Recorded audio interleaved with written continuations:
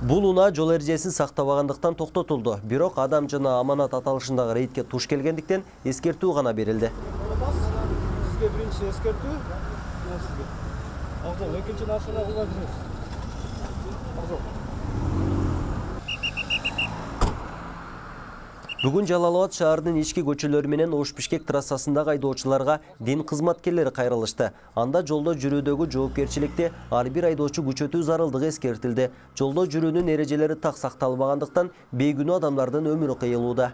Авгонго чыгууда ылдамдыкты тездетүүдө, телефондо сүйлөшүүдө, ушул жерлерге дагы бирок бардыбыз киришип, жол кырсыгын жок кылганга аракет кылышыбыз керек да. Ошентсе гана жок болот да. Антпесе гана майылер өзлөрү эле жок кыла албайт. Жыл башынан бери Жалал Абад облусунда 88 автокырсык катталып, 24 адам көз жумган. Бул өткөн жылдын 3 айына салыштырганда аз көрсөткүч деген менен оор кырсыктар токтобой келет. Ылдамдыкты ашыруу жана одоно эреже бузгандардын арты менен чоң кырсыктар болууда дешет адистер. Бүгүнкү өткөрүп аткан атайын ушул акциябыздын натыйжасын берет деп ойлойм. Себеби бүгүнкү күндө айдоочуларыбызга, ушул жанында жүргөн жүргүнчүлөргө атайын дайындалган ушул букеттерди биз казят тарабынан, биздин жол кызматкерлери тарабынан таркаттык. Дин кызматкерлери дагы ушу аралашканы өтө туура.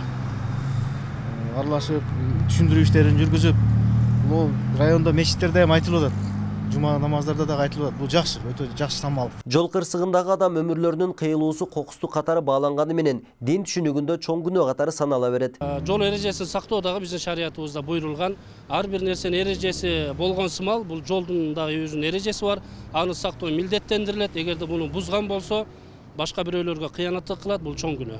Өлкө боюнча жыл жаңыргандан бери 98 адам автокырсыктын айынан көз жумса, 2017 жылдын 12 айында 830 адам набыт кеткен. Бул дегендик бир күндө автокырсыктан эле 2ден ашуун адам каза таап турган дегенди билдирет.